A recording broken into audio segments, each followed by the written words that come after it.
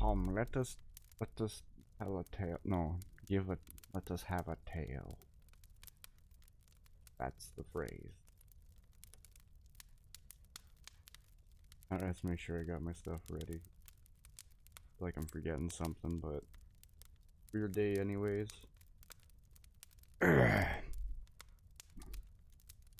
Oh, figure I still want to keep up on reading this player's handbook and just doing a little live journaling. Probably help for me to kind of intake what I'm doing with it better. Seemed like it helped last time. Also help me understand what exactly is going on with charisma. So charisma's a weird one there. Ooh. Ooh. So how does this scene look in full? That's a scene, alright. That I'm cute. Got a video playing. 5-hour relaxation. Shoutouts to Unreal Landscapes. I was gonna subscribe to. Yeah, I feel I owe that at least. Hopefully it doesn't infringe on something, but.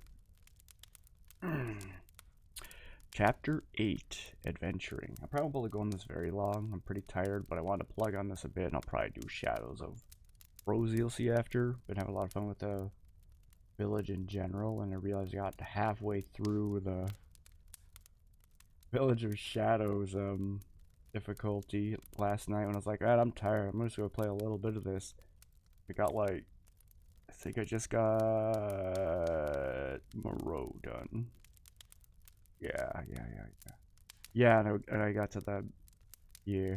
Oh yeah, that game's a lot more fun with the mode, or at least just more tolerable, I think I should say. Not necessarily more fun, just easier to get through, easier to work on. So my setup is also really clunky right now, so hopefully it doesn't cause any issues, but alright, let's proceed for something.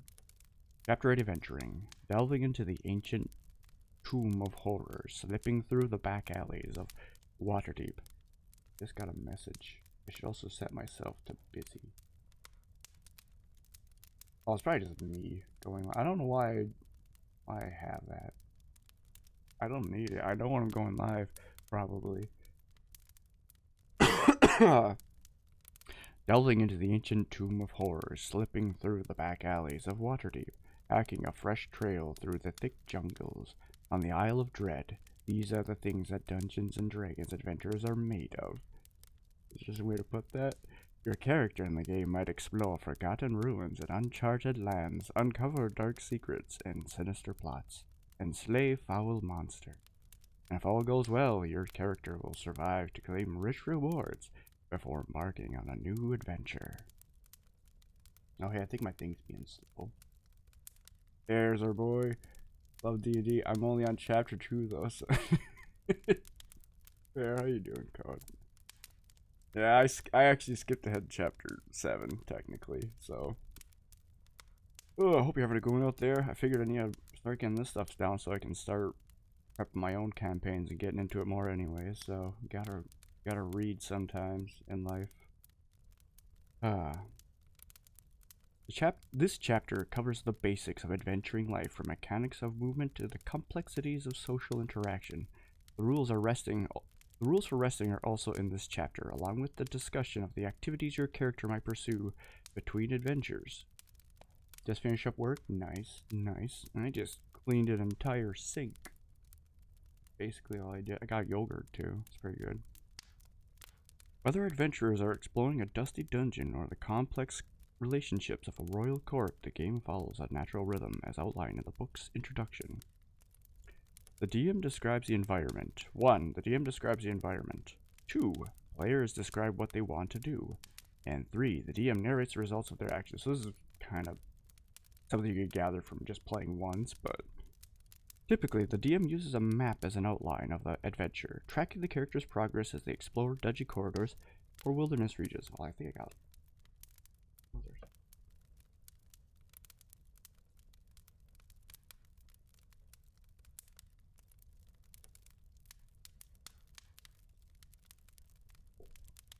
I blame the weather. Typically, the DM uses a map as an outline of the adventure, tracking the character's progress as they explore dungeon corridors or wilderness regions. That's something I need to figure out too. What some of the dungeon or map making software is out there. Like what's the ideal stuff for that? So DM notes, including the DM's notes, including a key of the map, describe what the adventurers find as they enter each new area. Sometimes the passage of time and the adventurers' actions determine what happens, so the DM might use a timeline or a flowchart to track their progress instead of a map. Okay. Okay. What the key? Doing the key of the map. Okay. Trying to think of how to utilize that myself. But oh, hi, Pixel. Welcome on in. Have a seat by the fire. It's probably somewhere around here. How you doing?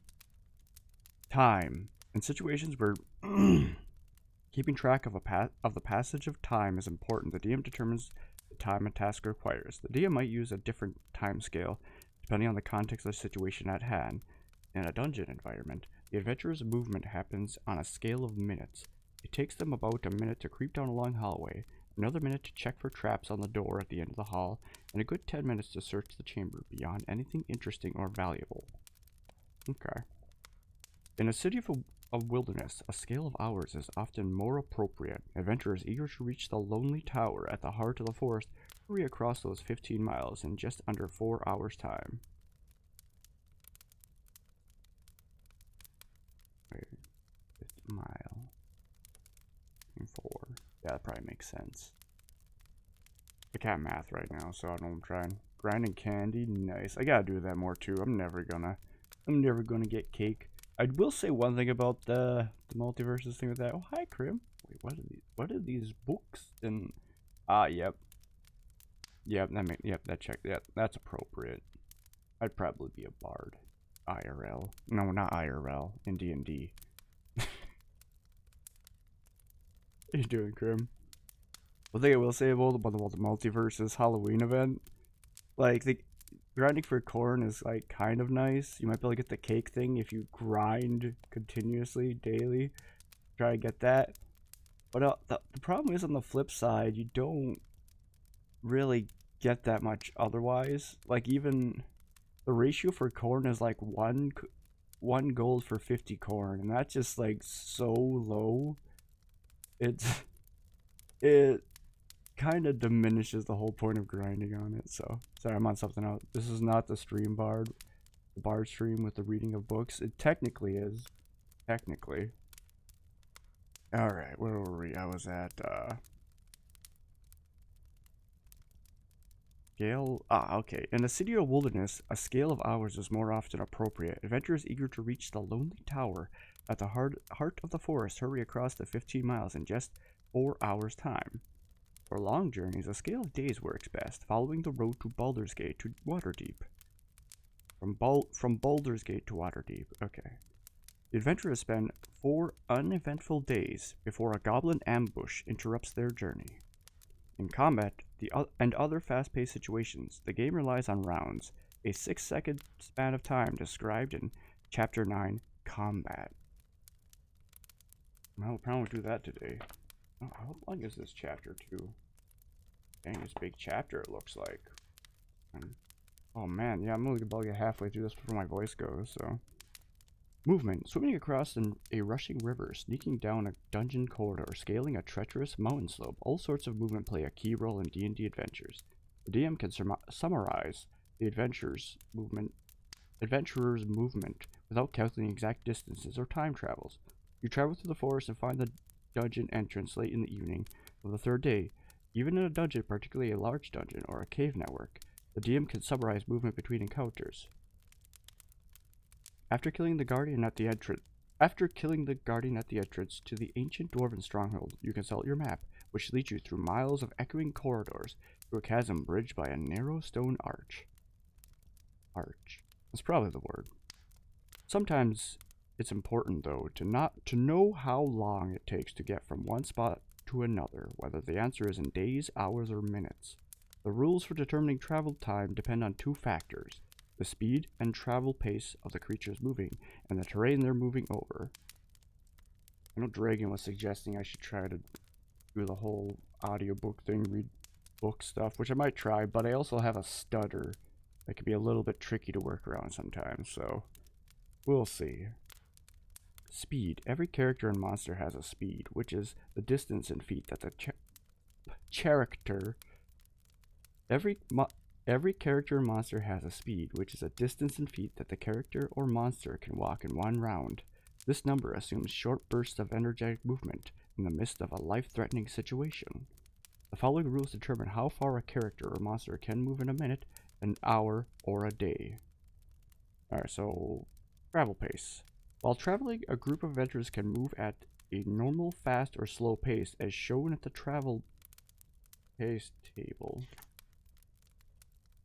Aha! It's on the next page. Where was I? The table states... My brain is just not working. The table states how far the party can... Let's get my light on that fiery ambiance.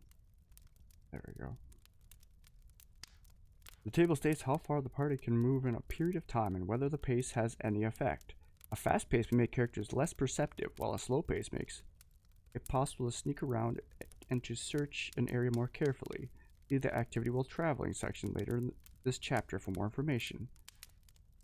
I feel like we read this, right? No? Maybe not. Force March. The travel pace table assumes that characters travel for 8 hours in a day. They can push on beyond that limit at risk of exhaustion. I don't actually know what exhaustion is yet. That's gonna be...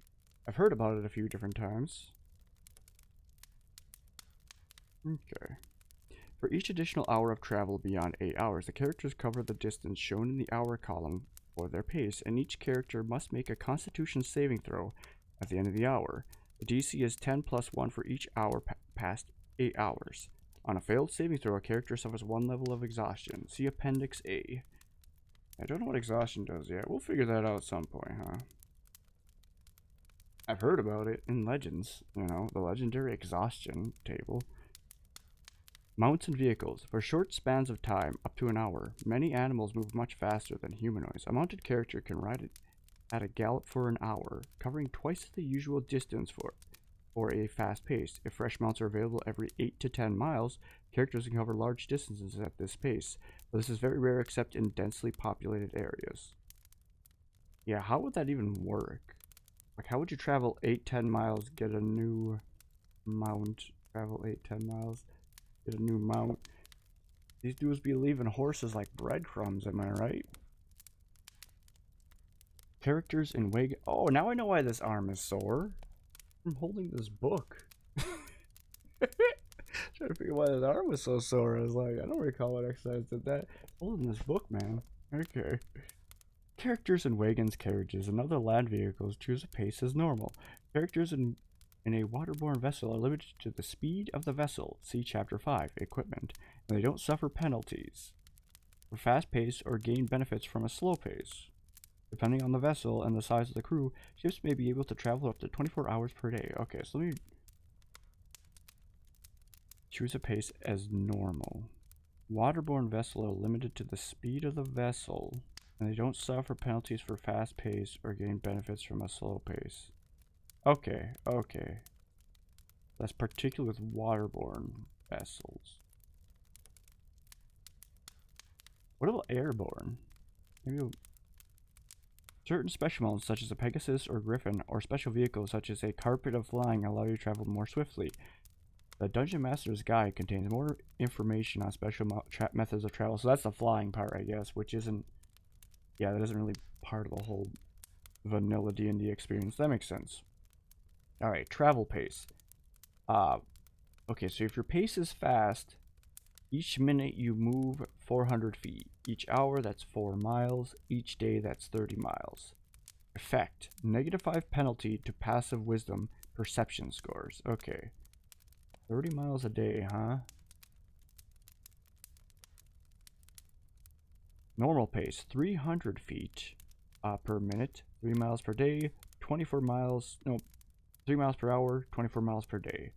Now, if you have a slow travel pace, 200 feet per minute, 2 miles per hour, 18 miles per day, that's almost half your fast pace. And you're able to use stealth. Okay. I know I've never really even explored much of the overworld traveling aspect of D&D, so that's something I don't have a lot I can kind of visualize in my head right now. Like, how would I utilize that? Even like reading this, I'm not getting too many ideas, but I probably should think about it more. The travel speeds given in a travel pace table assume relatively simple terrain, roads, open plains, or cleared dungeon corridors, but adventurers often face dense forest, deep swamps, rubble-filled ruins, steep mountains, and ice-covered ground, all considered difficult terrain. You move at half speed in difficult terrain. Moving 1 foot in difficult terrain costs 2 feet of speed, so you can cover only half the normal distance in a minute, an hour, or a day. Yeah, I think it checks out. If you're even trying to move swiftly through that, yeah, that probably checks out. We'll allow it. Special types of movement. Movement through dangerous dungeons or wilderness areas often involves more than simply walking. Adventurers might have to climb, crawl, swim, or jump to get where they need to go. Climbing, swimming, and crawling. Each foot of movement costs 1 extra foot, 2 extra feet in difficult terrain when you're climbing, swimming, or crawling. Okay. You ignore the extra cost if you have a climbing speed and use it to climb, or a swimming speed and use it to swim. Have a climbing speed.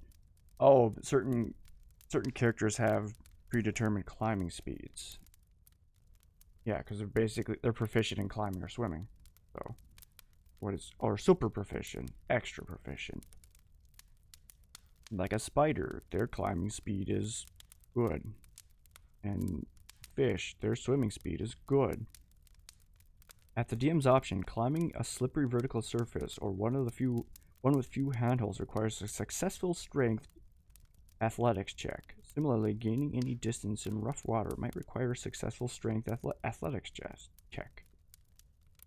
Yeah, that makes sense. Yeah, I think that makes sense. I was gonna halfway suggest dexterity, but I don't think dexterity is quite as helpful when you're trying to carry your body up something or swim. And in general, you need conditioning. Other ways for that, probably. Well, I'll allow it. It's very important that I allow it, otherwise it's not going to fly by Wizards of the Coast, am I right? Jumping. Your strength determines how far you can jump. Long jump. When you make a long jump, you cover a number of feet up to your strength score if you move at least 10 feet on foot immediately before the jump. You cover a number of feet up to your strength score if you move at least 10 feet. Not dexterity, though. When you make a standing long jump, you can leap only half that distance. Either way, each foot you clear on the jump costs a foot of movement. I feel like for long jumping, I might allow you to use your dexterity. I feel like that's not going to necessarily be completely beholden to strength. Beholden, is that the word? Probably. This rule assumes that the height of your jump doesn't matter, such as a jump across a stream or chasm. At your DM's option, you must succeed a DC 10 strength athletics check to clear a low obstacle, no taller than a quarter of the jump's distance, such as a hedge or low wall. Otherwise, you hit it. Okay. I think height would make a little more sense. Well, even then, I don't know. Because I know you do need a lot of strength training to do like good jumps and stuff, but I also feel like if you have too much strength, that is going to make it harder to do certain athletic abilities like that, like jumping. So yeah, I feel like for that I would allow an athletics check of dexterity for long jump or high jump. Just because I don't feel like strength should be the direct correlation for that in every regard. Because you could have like huge arms and guns and strength and stuff, but like that doesn't mean you're gonna jump way better than some guy who is like able to do backflips. Like acrobatics is a thing, and the whole thing about acrobatics is doing backflips. So yeah, and that's based on dexterity. So I feel like I would allow yeah, dexterity at least with that, just so it isn't just like dude with big pectorals can do high jumps better than anyone else. High jump. When you make a high jump, you leap into the air a number of feet equal to 3 plus your strength modifier. Minimum of 0 feet. If you... Minimum of 0 feet, yeah. Wait. So if your strength was 5... Yeah, if your strength was... Because, like, see, 8, 9 is -1. 7, 6, negative... Yeah, if your strength was 5, you would jump 0 feet off the ground. Even if your dexterity was, like, 20. Which maybe that makes sense. I think that they do have it at 8 as a baseline for that reason, though. I think the idea is supposed to... Yeah, I think... I will, if anything, what I would do if I'm going to allow dexterity, I would still use this as a baseline where this is a check to see if you can jump. If your strength is 5, that's indicating that you have some issues going on, and maybe you can actually jump off the ground. Although while you would still have a dexterity of 20 is... Yeah, it'd be something else going on. There'd be something else going on. But I still think I'd want to at least use that as a check. If I do allow dexterity for that, because I think I do want to allow dexterity for that. I don't want it to be whole, like I said, dude with big pecs, go fly. He flies with the power of his pecs, just flexing, you know. You move at least 10 feet on foot immediately before the jump. When you make a standing high jump, you jump only half the distance. Either way. So yeah, it'll 3 plus your dexterity modifier. I think that'd be fine. Either way, each foot you clear on the jump costs a foot of movement. In some circumstances, your DM might allow you to use a strength athletics check to jump higher than you normally can. Which again, I would probably do. Because they do mention too, for swimming long distances, you can make a constitution save for athletics. And I think that is why, like, this is just a suggestion anyways. So, that's why I would like to add dexterity in there.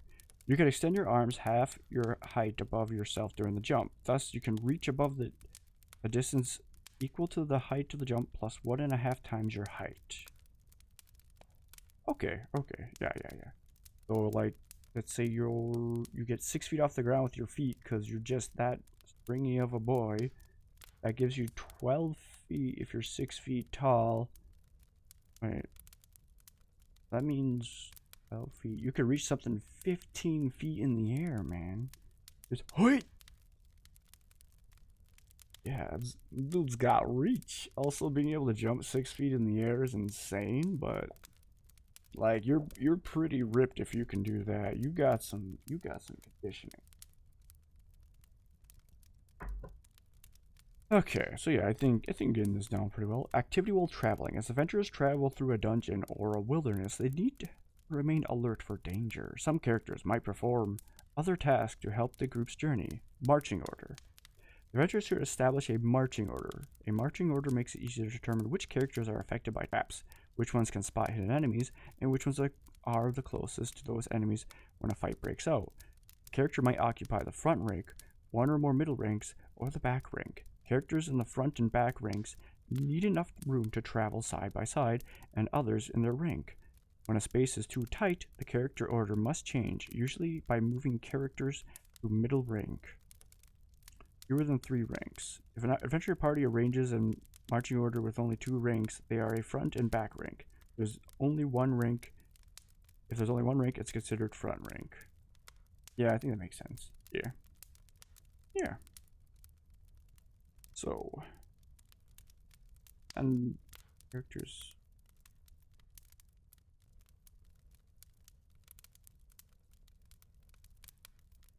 Wait, was there a middle ranks.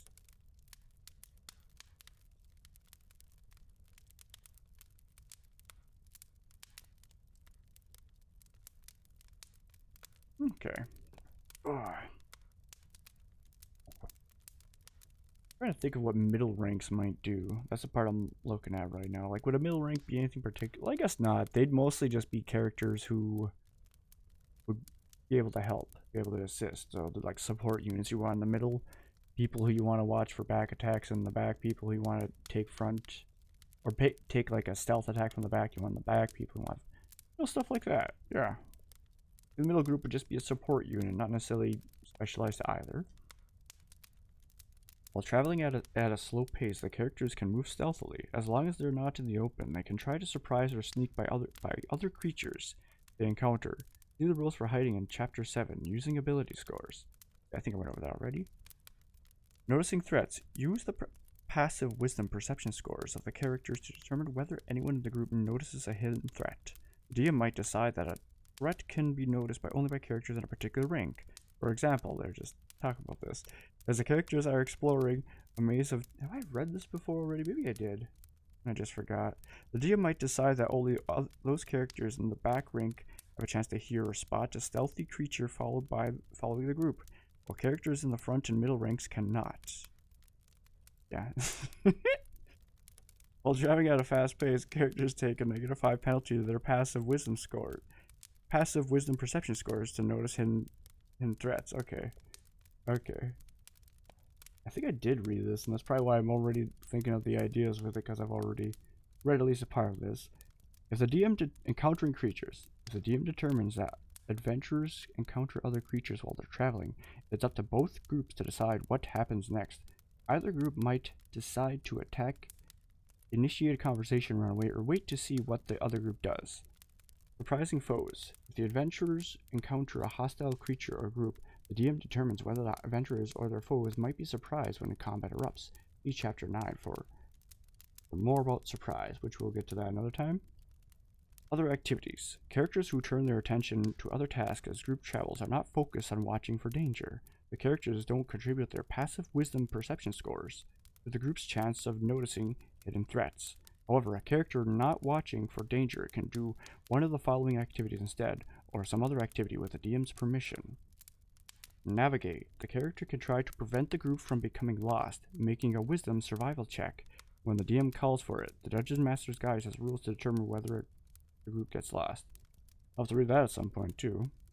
At least a little bit. I don't know how much. I should probably ask people too how much of the Dungeon Master Guide I should even read before I run a campaign. I know I read a lot of it before in like 3E. I don't know if I read all of it, but I read a lot of it. And the part with the gods, I was like, man, gods are a whole other unit. Draw a map. The character can draw a map that records the group's progress and helps the characters get back on course if they get lost. No ability check is required. Okay. No ability check to draw a map. Okay. I feel like that's not...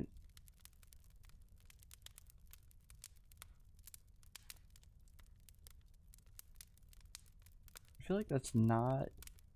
I feel like it's not appropriate. No ability check. I feel like there would be things that would help you draw a map better than others. I don't know if there would be perception, survival, because perception is awareness of your surroundings and how you can...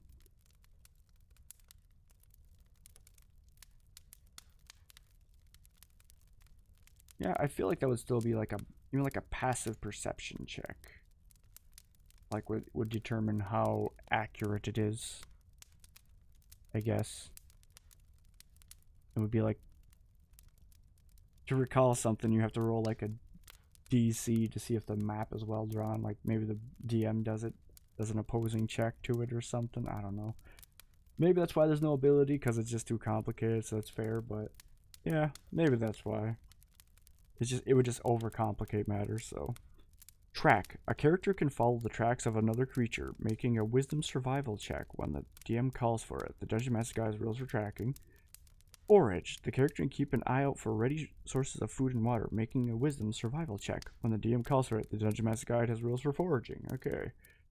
The environment. By its nature, adventuring involves delving into places that are dark, dangerous, and full of mysteries to be explored. The rules in this section cover some of the most important ways in which adventurers interact with the environment in such places. The Dungeon Master Guide has rules covering unusual situations. Okay.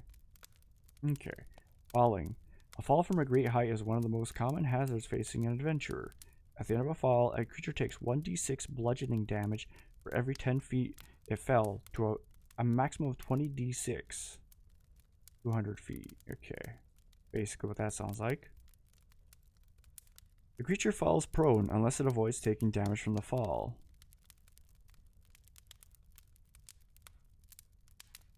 It doesn't look like it said anything about like a dex saving throw or a strength saving throw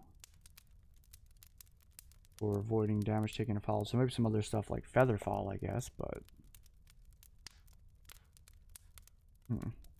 Suffocating. A creature can hold its breath for a number of minutes equal to 1 plus its constitution modifier, a minimum of 30 seconds.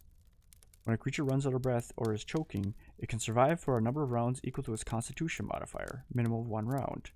At the start of its next turn, it drops to 0 hit points and is dying, and it can't regain hit points or be stabilized until it can breathe again.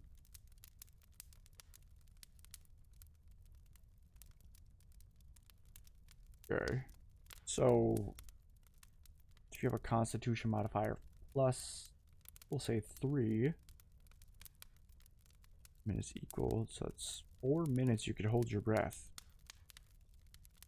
That's some hefty lungs. I mean, I know I've been able to hold my breath before for like 2 minutes, 3 minutes, so I guess that kind of makes sense. Well, trying to do stuff at the same time is a bit different, but you're gonna, yeah. Splitting up the party. Sometimes it makes sense to split an adventuring party, especially if you want one or more characters to scout ahead. You can form multiple parties, each moving at different speed. Each group has its own front, middle, and back ranks. The draw is this approach as the party will be split into several smaller groups in the event of attack. The advantage is that the small group of stealthy characters moving slowly might be able to sneak past enemies that clumsier characters would alert. A rogue, a monk, and a monk moving at a slow pace are much harder to detect when they leave their dwarf paladin friend behind. For example, oh wait, I'm still on suffocating, but it put that the splitting up the party thing in the middle of suffocating. I don't know why I did that. Splitting up the party. What part was that supposed to be part of? I guess it'd be on that page. Alright. For example, a creature with a constitution of 14 can hold its breath for 3 minutes. Yeah, okay. If it starts suffocating, it has 2 rounds for each reach air before it drops to 0 hit points. Yep. Okay, vision and light. The most fundamental task of adventuring. Noticing danger, finding hidden objects, hitting an enemy in combat and targeting a spell, to name just a few, rely heavily on a character's ability to see. Fair. Darkness and other effects that obscure vision can prove a significant hindrance. A given area might be lightly or heavily obscured. In a lightly obscured area, such as dim light, patchy fog, or moderate foliage, characters have a disadvantage on wisdom perception checks that rely on sight. A heavily obscured area, such as darkness, opaque fog, and dense foliage, blocks vision entirely. A character effectively suffers from being blinded condition. See Appendix A. I don't know where Appendix A is, man. Where is this magical appendix? When trying to see something in that area, the presence of or absence of light in an environment creates 3 categories of illumination: bright light, dim light, and darkness. Bright light lets most creatures see normally. Even gloomy days provide bright light, as do torches, lanterns, fires, and other sources of illumination within a specific radius. Dim light, also called shadows, creates a lightly obscured area. An area of dim light is usually a boundary between a source of bright light, such as a torch, and surrounding darkness. The soft light of twilight and dawn also counts as dim light. A particularly brilliant full moon might bathe the land in dim light.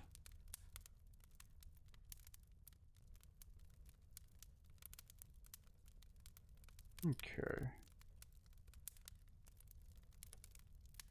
Trying to see if there's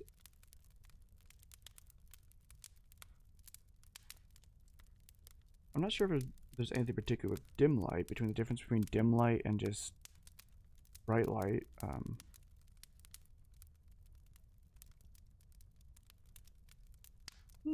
Maybe, I guess it would be up to like certain things in the area would be lightly obscured or heavily obscured depending then, but okay.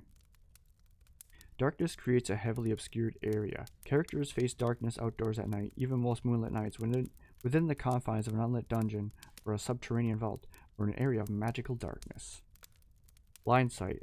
A creature with blind sight can perceive its surroundings without relying on sight within a specific radius. Creatures without eyes, such as oozes, and creatures with echolocation or heightened senses, such as bats and true dragons, have this sense. True dragons. Oh, hi, Cold Man. Oh, Thick Cactar, man. How you doing?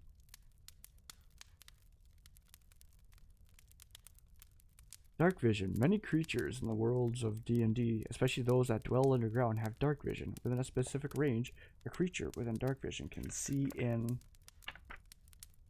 dim light as if it were bright light, and darkness as if it were dim light. So areas of darkness are only lightly obscured as far as the creature is concerned. However, the creature can't discern color in that darkness, only in shades of gray. Okay, so make sure I'm...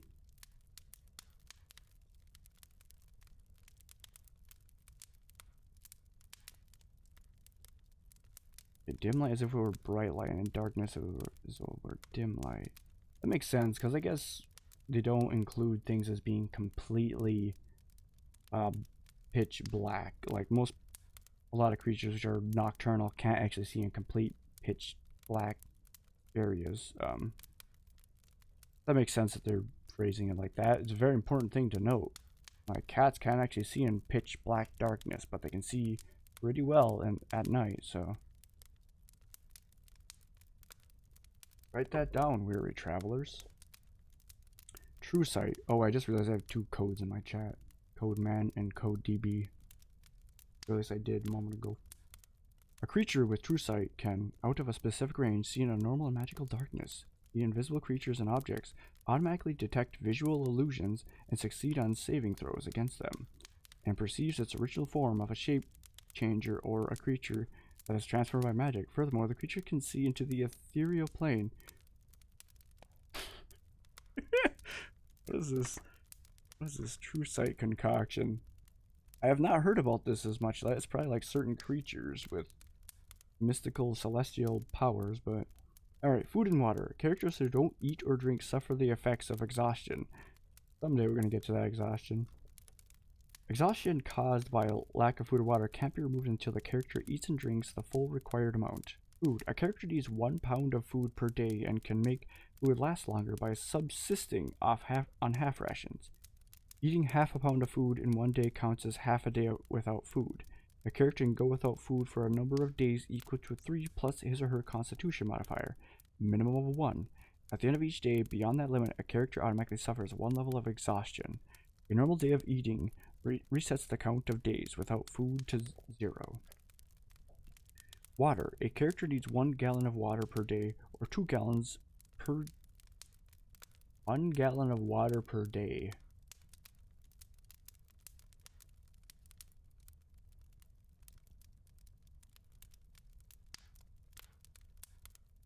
Kinda disagree, but 2 gallons per day if the weather is hot. Okay, hold up. Slow down, dude. Slow down. This dude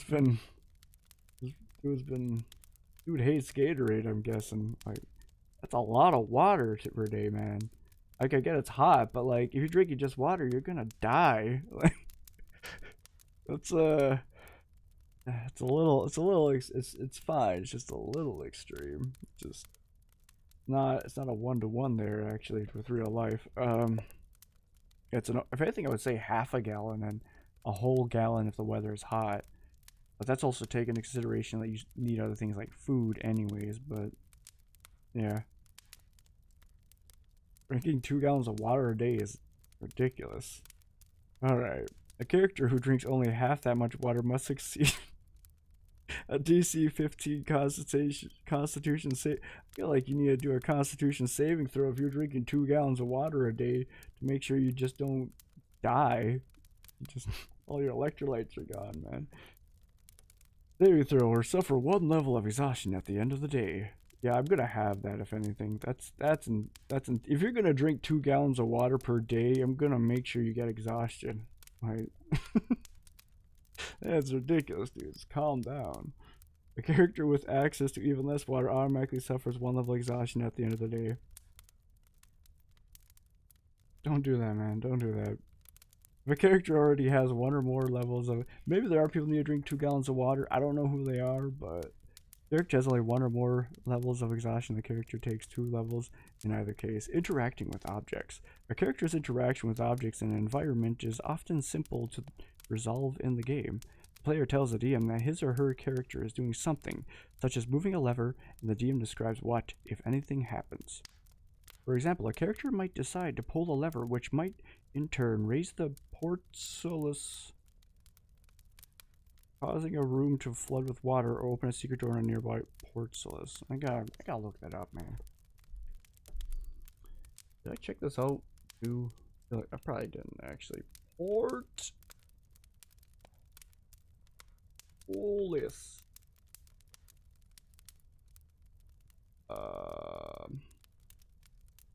Portcullis definition is what I want.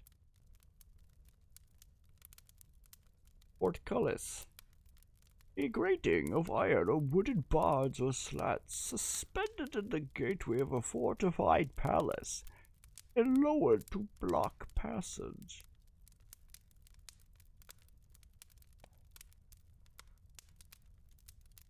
Strong grating of timber iron, somewhat resembling a harrow. A harrow made to slide in vertical gems and... Harrow. What the frick is a harrow? Also, this doesn't sound like it would actually block water by these definitions.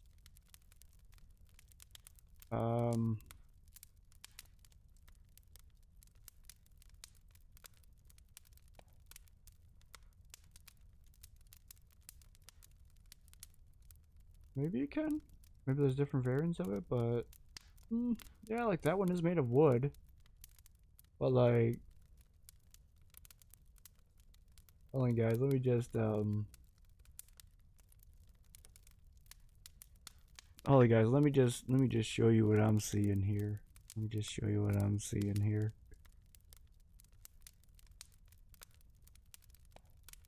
That's what I'm seeing. This is gonna block your water, guys. Now, did I read that right? Double check. Cause the room to flood with water. Oh, that's a separate thing. Never mind. I was very confused by that. It's fine. Everything's fine. Nothing to worry about. It's fine. It's a separate thing. There's a comma there for a reason. And I paused my video. I didn't want to do that. Also, full screen it. Aha! Anyways, I'm not being silly over here.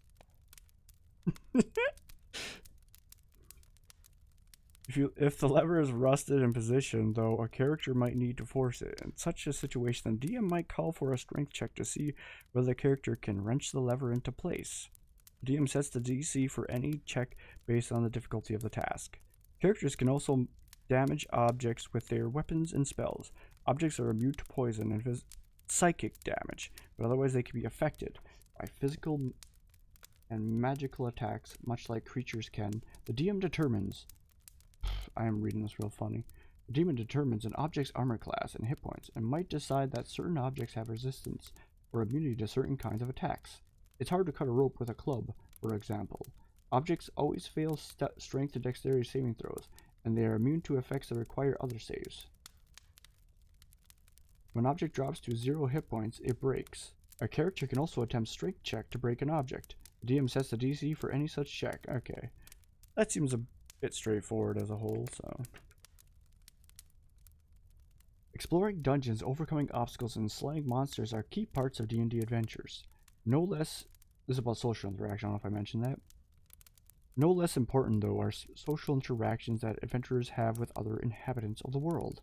Interaction takes on many forms. You might need to convince an unscrupulous thief to confess to some malfeasance, and you might try to flatter a dragon so that it will spare your life. The DM assumes the role of any characters who are participating in the interaction that don't belong to another player at the table. Any such character is called a non-player character, NPC. In general terms, an NPC's attitude towards you is described as friendly, indifferent, or hostile. Friendly NPCs are predisposed to help you, and hostile ones are inclined to get in your way. It's easier to get what you want from a friendly NPC, of course. Social interactions have two primary aspects: role-playing and ability checks. Yeah, that's fair. I don't know, it's so weird to me. It's like it's stating the obvious, but like, yeah, I guess. I'm just reading like social interaction 101. Characters who like you more likely to help you. Characters who don't like you less likely to help you. Remember that, kids. Role-playing is literally the act of playing out a role. In this case, it's you as a player determining how your character thinks, acts, and talks. Role-playing is part of every aspect of the game, and it comes to the fore during social interactions. Your character's quirks, mannerisms, and personality influence how interactions resolve. There are two styles that you can use when role-playing your character: the descriptive approach and the active approach. Most players use a combination of the two styles, which use whichever mix of the two works best for you. Okay, so I think I know where this is going. Descriptive approach to role-playing. With this approach, you describe your character's words and actions to the DM and the other players, drawing on your mental image of your character to tell everyone what the character does and how he or she does it. For instance, Chris plays Tordek the dwarf. Tordek has a quick temper and blames the elves of the Cloakwood for his family misfortune. At a tavern, an obnoxious elf minstrel sits at Tordek's table and tries to strike up a conversation with the dwarf. Chris says, Tordek spits. No, wait. Chris says, Tordek spits on the ground and growls and salt at the part and stomps over to the bar. He sits on the stool and glares at the minstrel before ordering another drink. In this example, Chris has conveyed Tordek's mood and given the DM a clear idea of his character's attitude and actions. When using his descriptive role-playing, keep in mind the following things. Describe your character's emotions and attitude. Focus on the character's intent and how others might perceive it. Provide as much embellishment as you feel comfortable with. Don't worry about getting things exactly right. Just focus on thinking about what your character would do and describing what you see in your mind. Where's one where I get to do Tordek, man? Man, I want to do Tordek, man. Missed opportunity, man. Active approach. Oh, that's probably where it is. If descriptive role-playing tells your DM and your fellow players what your character thinks it does, active role-playing shows them. When you use active role-playing, you speak with your character's voice, like an actor taking on a role. You might even echo the character's movements and body language. This approach is more immersive than descriptive role-playing, though you still need to describe things that can't be reasonably acted out. Going back to the example of Chris role-playing Tordek above, here's how the scene might play out if Chris used active role-playing. Speaking as Tordek, Chris says in a gruff, deep voice, I was wondering why it suddenly smelled awful in here. If I wanted to hear anything of you, I'd snap your arm and enjoy your screams. In his normal voice, Chris says, I get up, glare at the elf, and head to the bar. Morty here. Results of role-playing, told by Morty. The DM uses your character's actions and attitudes to determine how an NPC reacts. A cowardly NPC buckles under the threats of violence. A stubborn dwarf refuses to let anyone badger her. A vain dragon laps up flattery. When interacting with the NPC, pay close attention to the DM's portrayal of the character's mood, dialogue, and personality. You might be able to determine the NPC's personality traits, ideals, flaws, and bonds, then play on them to influence the NPC's attitude. Interactions in D&D are much like interactions in real life. If you can offer NPCs something they want, threaten them with something they fear, or play on their sympathies and goals, you can use words to get out of almost anything you want. On the other hand, if you insult a proud warrior or speak ill of a noble's allies, your efforts to convince or deceive will fall short. Okay, that's how you play Tordek, by the way, guys. You kill your throat. Ability checks. In addition to role-playing, ability checks are key in determining the outcome of an interaction. Your role-playing efforts can alter an NPC's attitude, but there still might be an element of chance in the situation. For example, your DM can call for a charisma check to any point during the interaction if he or she wants the dice to play a role in determining the NPC's interactions. Blah, blah, blah, blah, blah. Basically, if you're trying to intimidate the elf there, you would roll intimidation check, I'm guessing. You know, try to tell that bard what for. Other checks might be appropriate in certain situations at your DM's discretion. Pay attention to your skill proficiencies when thinking of how you want to interact with an NPC, and stack the deck in your favor by using an approach that relies on your best bonuses of skills. The group needs to trick a guard into letting them into the castle. The rogue who is proficient in deception is the best bet to lead the discussion. When negotiating for a hostage's release, the cleric with persuasion should do most of the talking. Speaking of skill checks, I was kind of thinking about like some of them and how would you use them, and sleight of hand is one that I was wondering. Like, I would almost think that you could use that for like rope too, like untying rope, right? Things that require hand dexterity in a pinch might be worth doing it, like certain knots, just stuff like that. Like maybe even, would that even be lock picking? I guess probably. Yeah, that'd probably be what it is. But that's what I was starting to think about a little bit. Like, I wasn't sure how you was, because they describe it as hiding something. But I also feel like there's other use cases like that that might be worth looking into. So I guess technically, depending on the instance, you could use a strength check for that too, for taking care of rope. Maybe that's just something I was thinking about. Maybe it's right or wrong, I don't know, but just something I was thinking about. Ooh.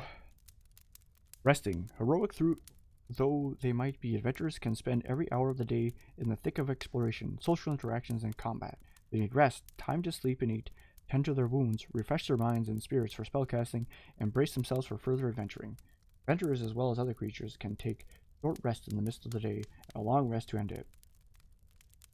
Short rest. A short rest is a period of downtime at least 1 hour long, during which a character does nothing more strenuous than eating, drinking, reading, and tending to wounds. A character can spend 1 or more hit dice at the end of a short rest, up to the character's maximum number of hit dice. Okay. Which is equal to the character's level. For each hit die...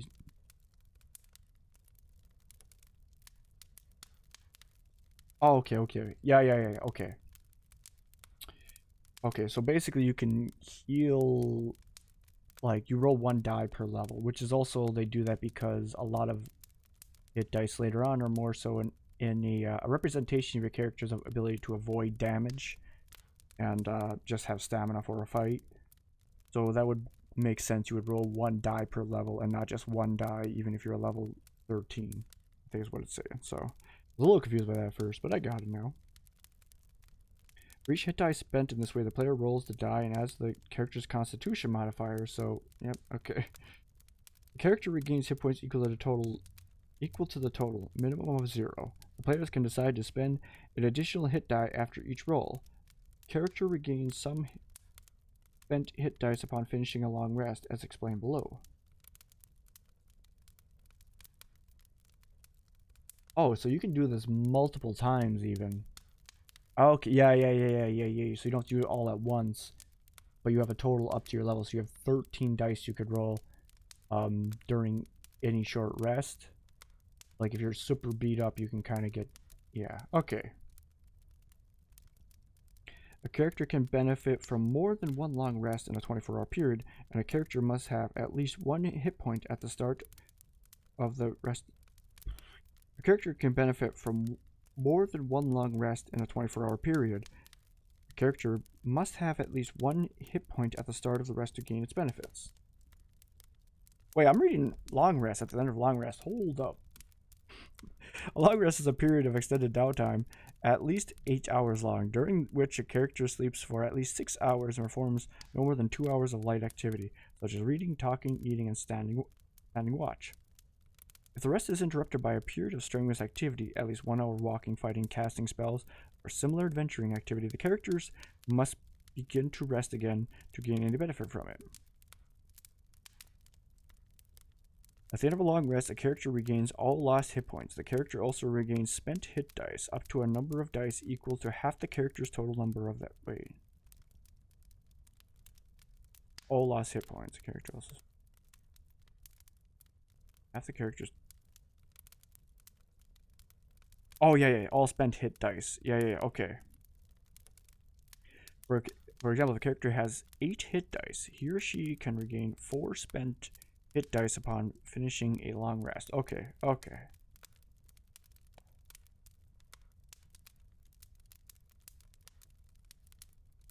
Okay, wait. Hold on. Character regains all lost hit points. Character.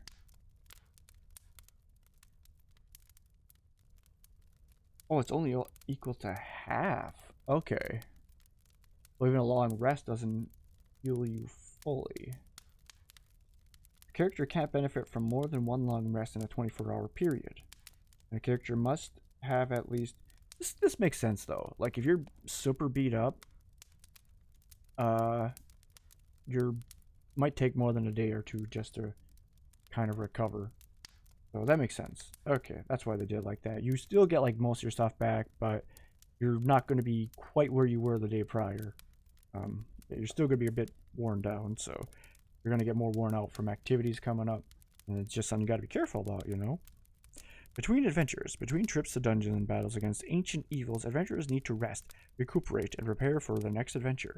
Many adventurers also use this time to perform tasks such as crafting arms and armor, performing research, or spending their hard-earned gold.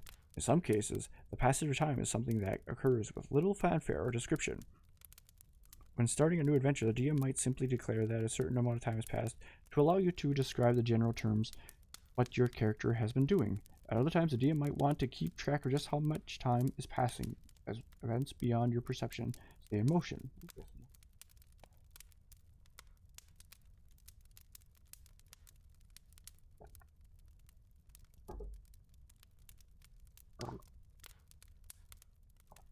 Gotta rest my throat a little. Lube it up. Don't use that word, me. Alright. Lifestyle expenses. Between adventures, you choose a particular quality of life to pay the cost of maintaining that lifestyle, as described in Chapter 5. Ah, okay. Living a particular lifestyle doesn't have a huge effect on your character, but your lifestyle can affect the way other individuals and groups react to you. For example, when you lead a aristocratic lifestyle, it might be easier for you to influence the nobles of the city than if you live in poverty. Downtime activities. Between adventures, the DM might ask you what your character is doing during his or her downtime. Periods of downtime can vary in duration, but each downtime activity requires a certain number of days to complete before you gain any benefit, and at least 8 hours of each day must be spent on the downtime activity for the day to count. The days do not need to be consecutive. If you have more than the minimum amount of days to spend, you can keep doing the same thing for a longer period of time, or switch to a new downtime activity. Okay. Downtime activity.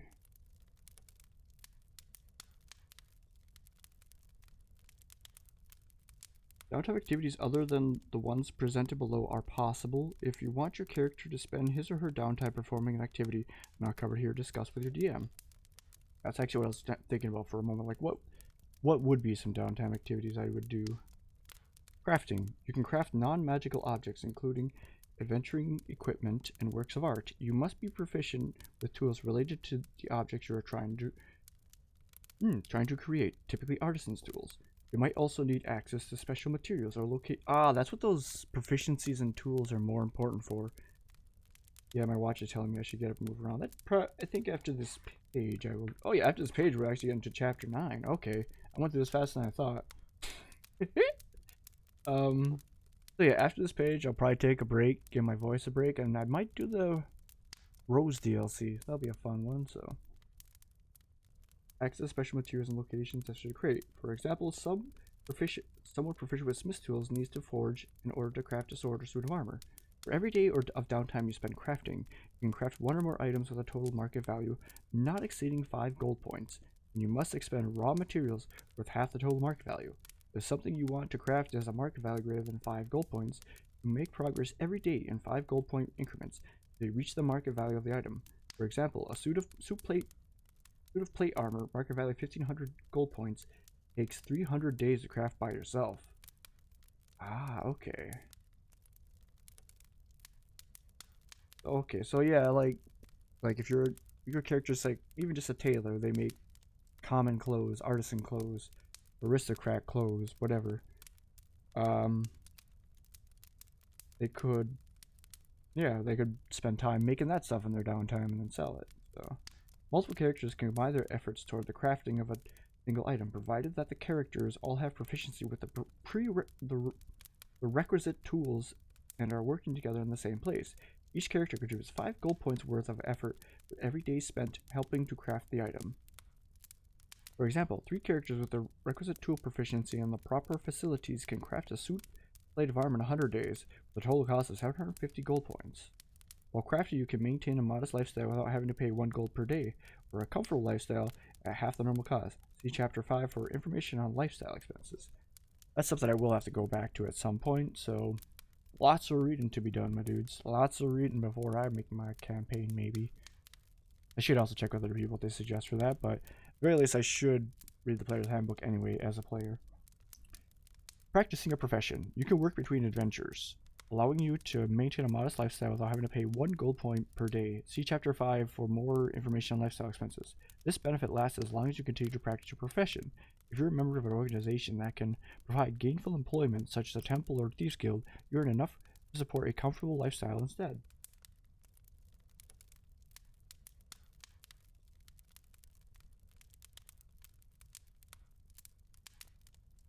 If you have a proficiency in performance skill and put your performance skill to use during your downtime, you earn enough to support a wealthy lifestyle instead. Okay, that makes sense. Recuperating.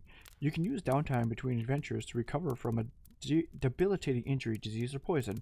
After 3 days of downtime spent recuperating, you can make a DC 15 Constitution saving throw. On a successful save, you can choose one of the following results. And 1 effect on you that prevents you from regaining hit points. For the next 24 hours, gain advantage on saving throws against 1 disease or poison currently affecting you. Okay.